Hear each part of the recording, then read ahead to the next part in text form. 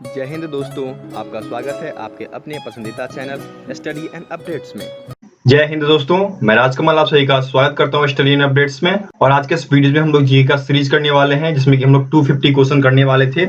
उसके 50 प्रश्न हो चुके हैं, तो 51 से लेकर 75 तक के प्रश्न आज इसमें किए जाएंगे। फिर उसके बाद आपको नेक्स्ट वीडियो दी जाएगी। ठीक है, तो चलिए शुरुआत करते हैं। आपका पहला प्रश्न जो कि 51 है और उसमें दिया गया है कि गर्तावास के साक्ष्य कहां से प्राप्त हुए। तो सर्वप्रथम आप ये जानिए कि गर्तावास होता क्या है। तो गर्तावास जो है यह रहने के लिए जगह होती थी। जैसे कि कश्मीर में क्या है कि बहुत सारी पहाड़ियां हैं, उन पहाड़ियों में कुछ लोग घर बनाया करते थे, तो उसी घर को गर्तावास कहा जाता था। यह अभी कहाँ है? बुर्ज होम, जो कि कश्मीर में है। ठीक है, तो 51 का ए उत्तर हो जाएगा, बुर्ज होम कश्मीर।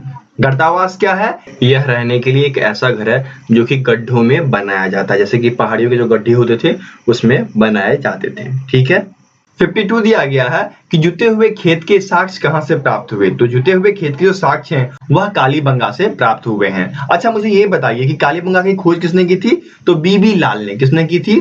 बी लाल ने कालीबंगा की खोज की थी। कब की थी? 1961 ईस्वी में की थी। ठीक है, बीबी लाल के साथ एक और पुरुष थे जो दोनों मिलकर खोजे थे, और दूसरे का नाम था वीके थापर। क्या नाम था?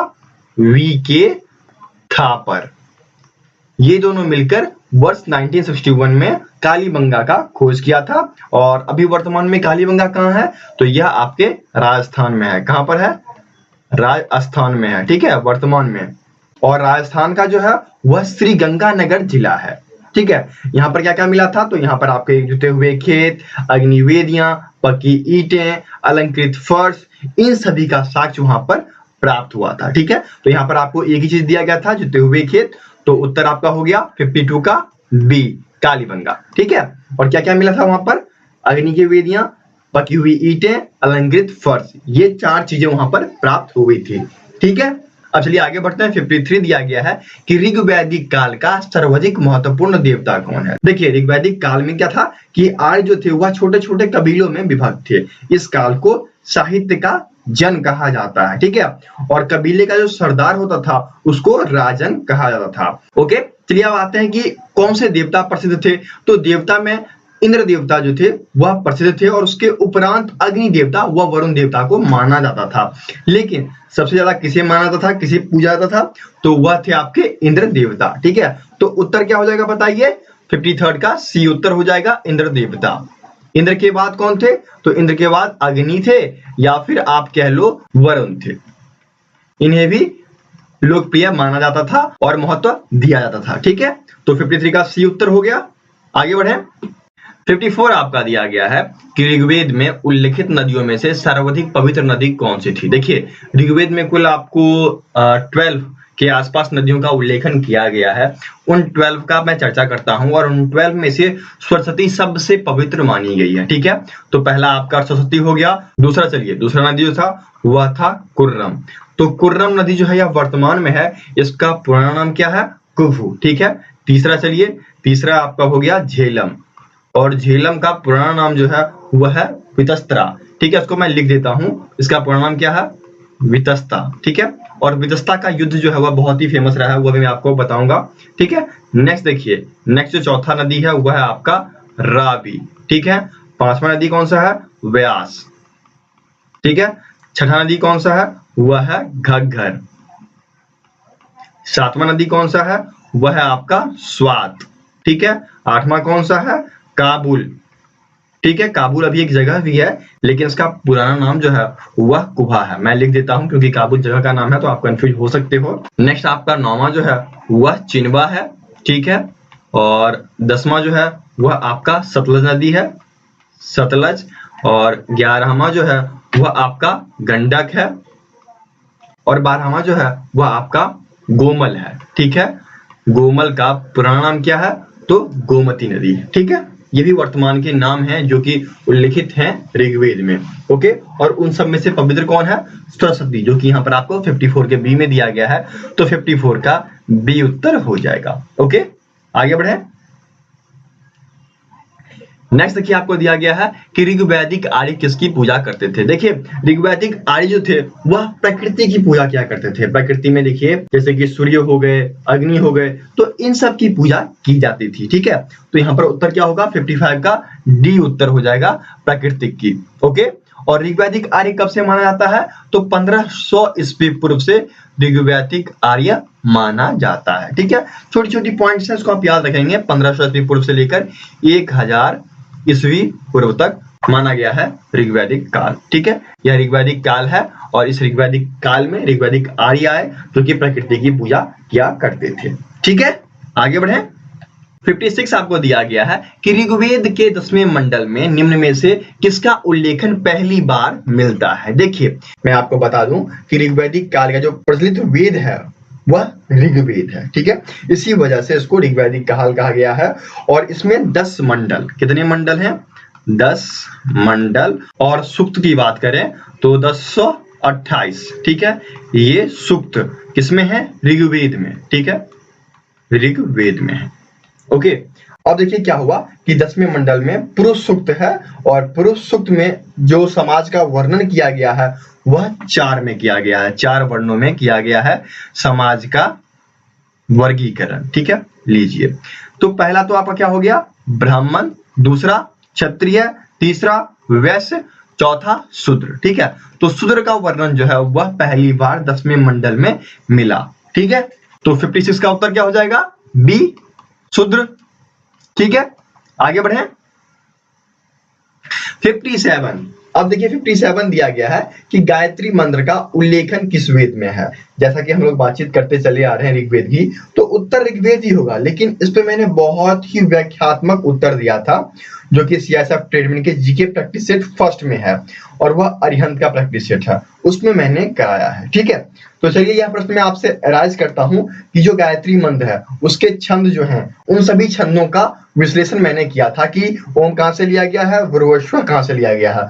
तो उन चीज को आप यहाँ पर कमेंट बॉक्स में कमेंट करोगे इसके उत्तर के साथ कि गायत्री मंत्र का उल्लेखन किस वेद में है और उनके विभिन्न छंद, क्योंकि सभी एक ही वेद में नहीं पाए गए थे, अलग अलग वेदों से लिया गया था, तो किस किस वेद में वो सभी चीजें हैं। तो इसका उत्तर और व्याख्यात्मक उत्तर आप लोग कमेंट करेंगे, मैं आप लोगों के कमेंट का इंतजार करूंगा और मैंने उत्तर भी बहुत ही अच्छे तरीके से बता रखा है, तो जिसने वो वीडियो देखा होगा यहाँ पर उत्तर जरूर देगा। ठीक है, तो यह क्वेश्चन मैं आप लोग से अराइज करता हूँ। ओके, आगे बढ़े। दोस्तों आप सभी की सुविधाओं का ख्याल रखते हुए स्टडी एंड अपडेट्स के द्वारा एक फेसबुक ग्रुप बनाया गया है। व्हाट्सएप ग्रुप फुल हो चुका है, वहां पर और बच्चे नहीं जुड़ सकते हैं, तो इसका ख्याल करते हुए एक फेसबुक ग्रुप बना दिया गया ताकि आप सभी यहाँ पर ज्वाइन कर लें। यहाँ पर जुड़ने का फायदा ये है कि आपको यहाँ पर कुछ क्विजेस कराई जाती है या फिर जो भी वीडियो की नोटिफिकेशन आती है या फिर जो गवर्नमेंट जॉब्स की नोटिफिकेशन आती है वह सब यहाँ पर डाली जाती है। आप देख सकते हैं ये सारी लिंक्स यहाँ पर डाल दी जाते हैं। तो ज्वाइन करने के लिए इसका लिंक डिस्क्रिप्शन बॉक्स में दिया गया है, फेसबुक ग्रुप लिखा हुआ है, वहां पर जाकर आप इसे ज्वाइन कर सकते हैं। ठीक है, 58 दिया गया है कि ऋग्वैदिक आर्यों की भाषा क्या थी। देखिए उस समय जो है ऋग्वैदिक काल में संस्कृत भाषा का प्रयोग किया जाता था, क्योंकि अभी आप जितने भी वेद देखो तो वह सभी वेद संस्कृत में लिखे हुए हैं। ठीक है, तो उसी से साक्ष्य मिलता है कि उस समय जो थी वह संस्कृत भाषा थी। ठीक है, तो देखिए 58 का उत्तर क्या हो जाएगा, बी, संस्कृत भाषा। ओके, आगे बढ़े। 59 आपको दिया गया है कि निम्नलिखित में से प्राचीनतम वेद कौन सा है। वेदों में देखिए यदि सबसे प्राचीनतम वेद की बात की जाए तो वह आपका ऋग्वेद है और उसके बाद सामवेद, उसके बाद यजुर्वेद, उसके बाद अर्थवेद। ठीक है, चलिए मैं एक बार इसको वर्णित करता हूं।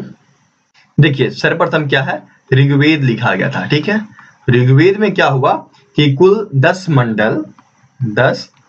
मंडल एवं 1028 सूक्त थे। ठीक है, अब देखिए इसमें क्या है कि गायत्री देवी का उल्लेखन बहुत ही अच्छे तरीके से किया गया था। ठीक है, उसके बाद आपका आया दूसरा सामवेद। अब देखिए जो सामवेद है उसमें देवताओं की स्तुति की गई है, प्रार्थना की गई है और इस वेद को भारतीय संगीत का मूल कहा जाता है। क्या कहा जाता है, भारतीय संगीत का मूल। ठीक है, संगीत का मूल जो है वह सामवेद को कहा जाता है। उसके बाद आपका आया यजुर्वेद। ठीक है, अब देखिए यजुर्वेद जो है इसमें गद्य एवं पद्य की चर्चा की गई है। जो आप हिंदी में पढ़ते हैं पद्य, ठीक है, एवं गद्य, इनकी चर्चा की गई है। ठीक है, इसमें क्या है कि कर्म कांड जो है उसको प्रधान माना गया है। किसको प्रधान माना गया है? कर्म कांड को प्रधान माना गया है, इसको प्रधान माना गया है। ठीक है, आगे बढ़े। नेक्स्ट जो है आपका आखिरी वह है अर्थवेद, और अर्थवेद जो है वह सबसे लास्ट में आया। और इसमें क्या है कि ब्रह्मासन, औषधि, प्रयोग, रोग निवारण, यंत्र तंत्र, जादू टोना। ठीक है, आपसे ये प्रश्न पूछता है कि यंत्र तंत्र एवं टोना, ठीक है, टोका का प्रयोग किस वेद में है? तो क्या होगा? वह अर्थवेद हो जाएगा। ठीक है, तो ये कुल 4 वेद हैं, इन्हीं चारों वेदों का अध्ययन आपको अच्छे से करना है। तो चलिए प्रश्न पे चलते हैं। तो बताइए इसमें उत्तर क्या होगा कि निम्नलिखित में से कौन सा प्राचीनतम वेद है? तो वह आपका ऋग्वेद हो जाएगा। तो 59 का ए उत्तर हो गया। ठीक है, आगे बढ़े। अब देखिए आपका अगला दिया गया 60 कि निम्नलिखित में से किस वेद की रचना गद्य एवं पद दोनों में की गई है? देखिए मैंने अभी जस्ट आपको बताया कि गद्य एवं पद जो है वह यजुर्वेद में है, तो 60 का सी उत्तर हो जाएगा। इसलिए मैंने एक बार व्याख्यात्मक चर्चा कर दिया, क्योंकि इससे 2-3 प्रश्न हैं तो वह आसानी से आपका सॉल्व हो जाएगा। ठीक है, अब देखिए आगे बढ़िए। 61 दिया गया है, ऋग्वेद काल में विनिमय के माध्यम में किसका प्रयोग किया जाता था? देखिए ऋग्वेद काल में जो पुराने समय थे उसमें गाय का प्रयोग किया जाता था विनिमय के माध्यम में। ठीक है, तो 61 का डी उत्तर हो जाएगा, गाय। ओके, आगे बढ़े। 62 दिया गया है कि ऋग्वैदिक काल की सबसे प्राचीन राजनीतिक संस्था कौन सी होती थी?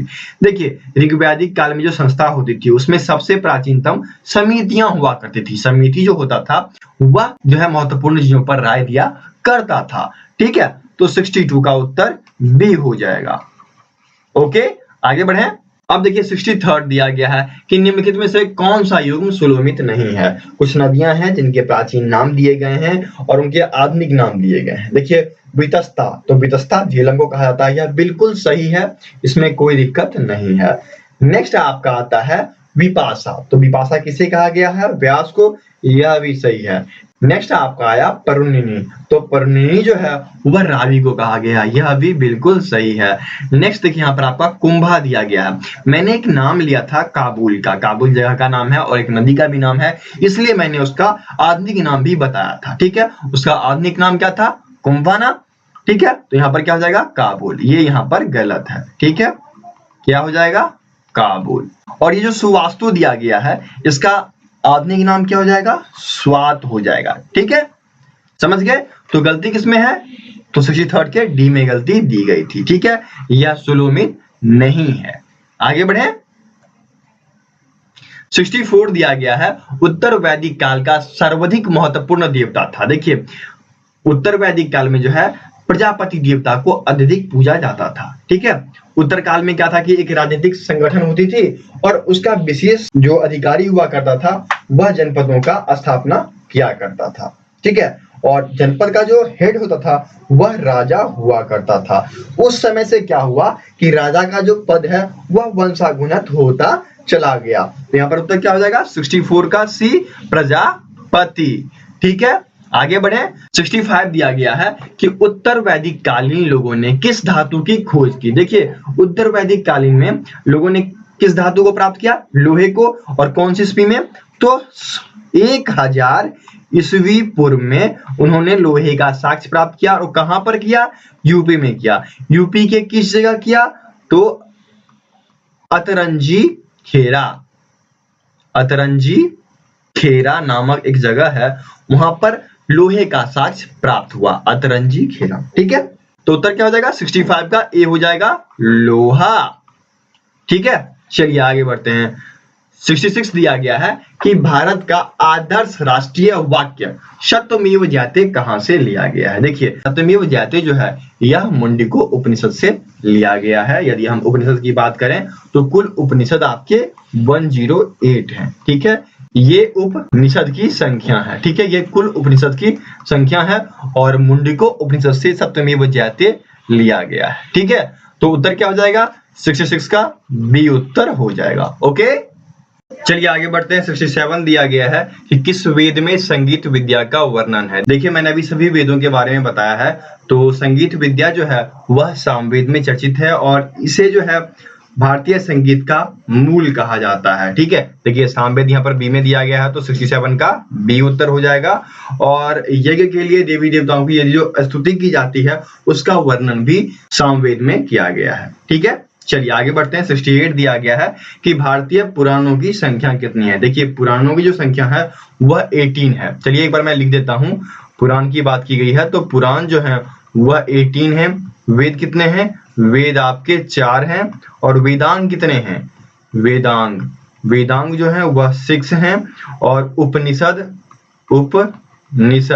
ये कुल 108 हैं। उपनिषद के बारे में भी पूछा भी गया था। ठीक है, तो देखिए यहाँ पर उत्तर क्या हो जाएगा? भारतीय पुराणों की जो संख्या है वह आपकी 18 है। 18 कहाँ दिया गया है? ए में, तो 68 का ए उत्तर हो जाएगा। ठीक है, आगे बढ़े। 69 दिया गया है कि निम्नलिखित में से किसे धर्मशास्त्र भी कहा जाता है। देखिए धर्मशास्त्र की बात की गई है तो मनुस्मृति जो है वह सबसे प्राचीनतम धर्म ग्रंथ है। ठीक है, यहाँ पर देखिए स्मृति दी गई है डी में। ओके, तो उत्तर क्या हो जाएगा? 69 का डी हो जाएगा, स्मृति।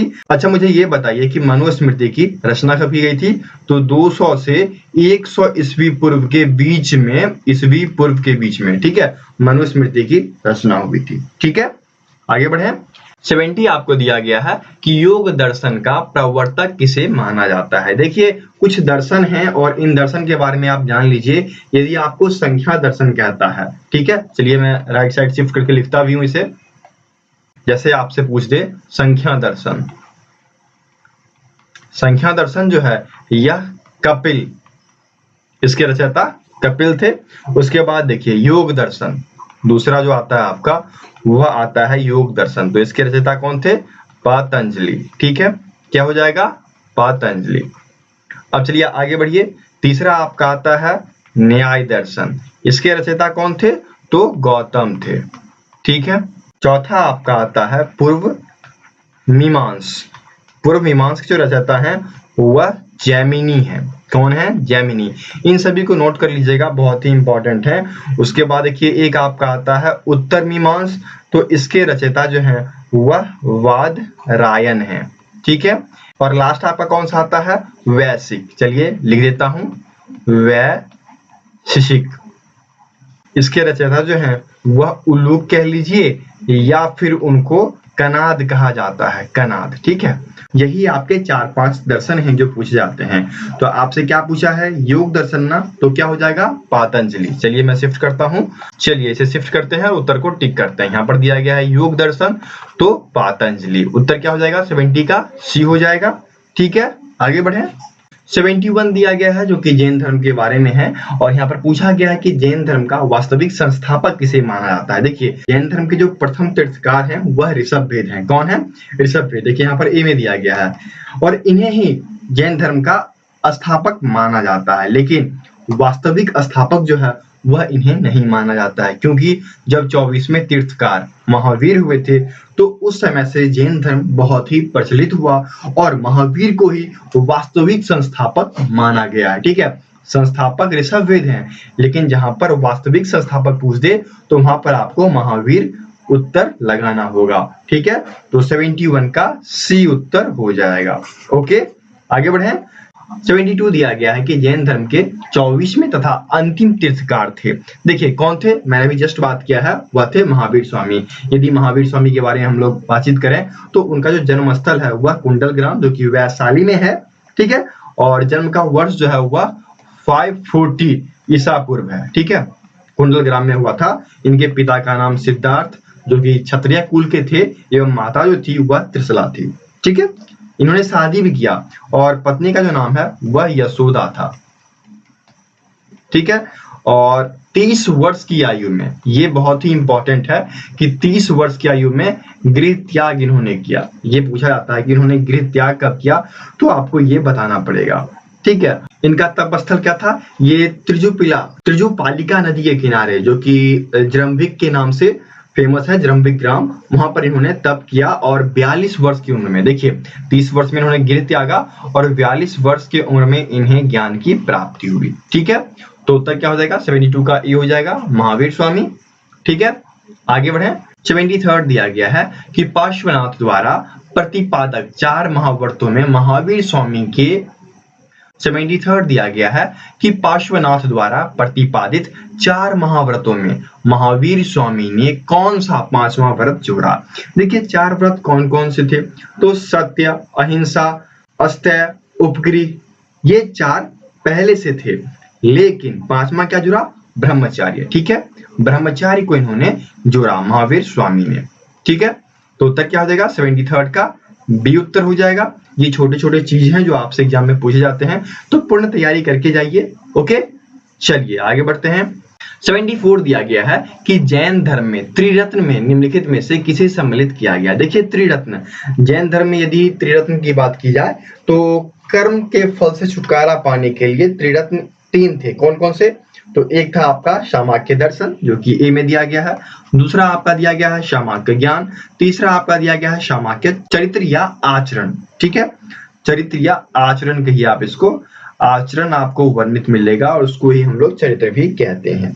ठीक है, तो यहाँ पर उत्तर क्या हो जाएगा, ये सभी 74 का डी उत्तर हो जाएगा। ठीक है, 75 आपको दिया गया है कि महावीर का जन्म कहाँ हुआ था। देखिए मैंने अभी जस्ट आपको बताया कि महावीर स्वामी का जो जन्म था वह कुंडल ग्राम वैशाली में हुआ था, और वैशाली जो है वह बिहार में पड़ता है, और यह मैंने क्वेश्चन नंबर 72 में डिस्कस किया है पूर्णतया, तो आप वहां से देख सकते हैं। ठीक है, उत्तर क्या हो जाएगा सी। आगे बढ़े। देखिए मैं 75 तक कराने वाला था, लेकिन एक और प्रश्न है जो कि जैन धर्म से मिलता जुलता है, इसलिए मैं 76 तक करवा देता हूं। तो 76 में दिया गया है कि स्यादवाद किस धर्म के दर्शन का मूल आधार है। तो स्यादवाद जो है वह जैन धर्म, देखिए यहाँ पर ए में दिया गया है, वह जैन धर्म के दर्शन का मूल अधिकार है। तो 76 का ए उत्तर हो जाएगा। और इस प्रकार से यहाँ पर आपका आज का वीडियो समाप्त होता है। फिर मिलते हैं नेक्स्ट वीडियो में, तो 77 से हम लोग कंटिन्यू करेंगे और 101 तक करने वाले हैं। ठीक है, तो मिलते हैं दूसरी वीडियो में, तब तक के लिए जय हिंद। जिन बच्चों को पीडीएफ चाहिए तो व्हाट्सएप कर लेंगे, नंबर नीचे डिस्क्रिप्शन बॉक्स में दिया गया है, या आपको पता होगा 7979946092। ठीक है, studyinupdates.com ये आपका वेबसाइट है, आप वहां से भी डाउनलोड कर सकते हैं।